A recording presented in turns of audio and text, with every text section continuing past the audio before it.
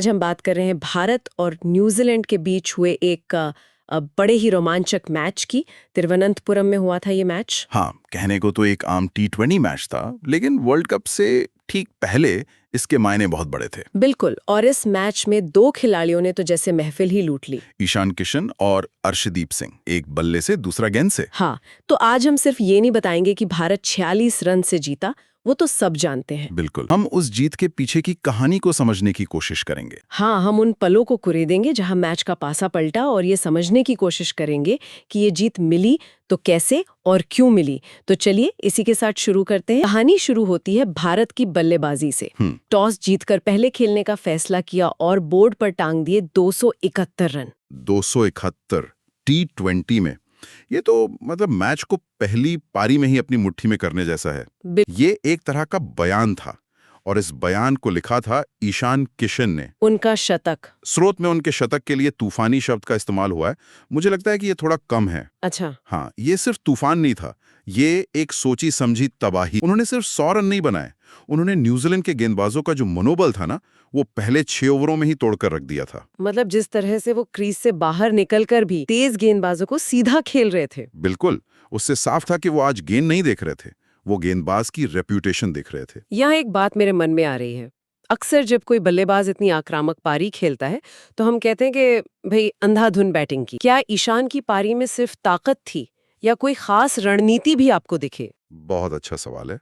देखिए, ताकत तो थी, जाहिर है, लेकिन वो बेवकूफ़ी भरी हिटिंग नहीं थी। अगर आप ध्यान से देखें ना, तो उन्होंने मैदान के खास हिस्से को, खासकर लेग साइड बाउंड्री को ज्यादा टारगेट किया।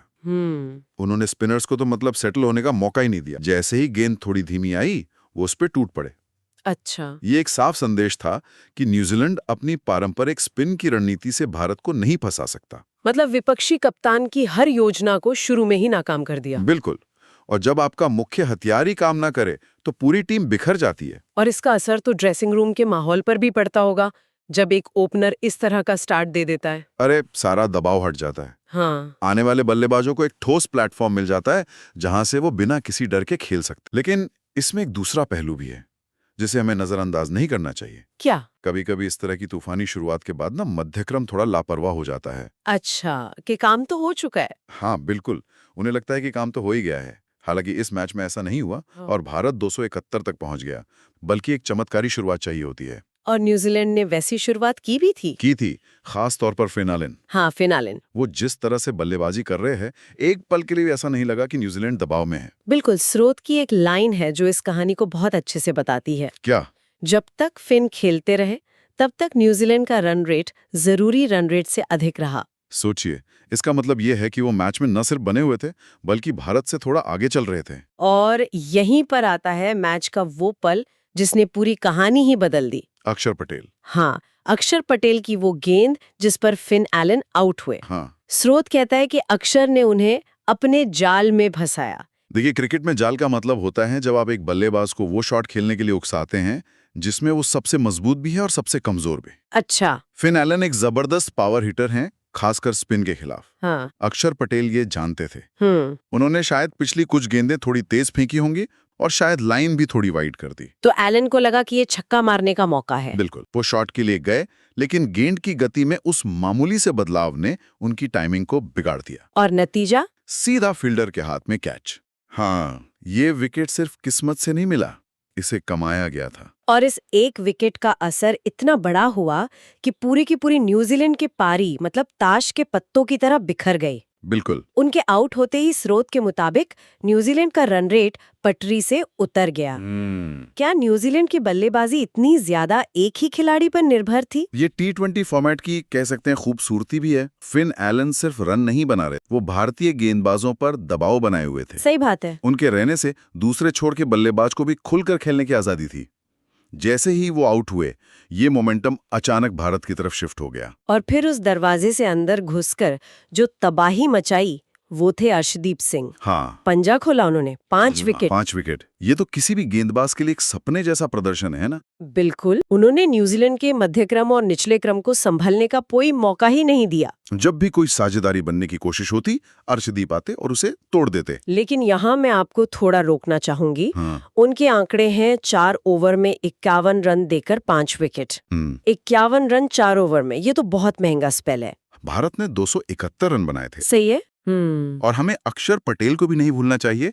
जहां अर्शदीप विकेट ले रहे थे, वहीं अक्षर ने दूसरे छोर से रन भी रोके। हाँ, उन्होंने तो 4 ओवर में सिर्फ 33 रन दिए और 3 विकेट भी लिए। तो ये एक बेहतरीन साझेदारी थी। एक गेंदबाज दबाव बनाता है और दूसरा उस दबाव का फायदा उठाकर विकेट लेता है। इस मैच में तो दोनों ने दोनों काम किए। 8 विकेट तो इन दोनों ने ही मिलकर ले लिए। न्यूजीलैंड की बल्लेबाजी की कमर ही तोड़ दी। ये तो हुई मैच की बात, जिसे भारत ने 4-1 के बड़े अंतर से जीता। एक तरफा जीत। और जैसा कि स्रोत हमें याद दिलाता है, ये खिलाड़ियों को यकीन दिलाता है कि उनकी तैयारी सही दिशा में है।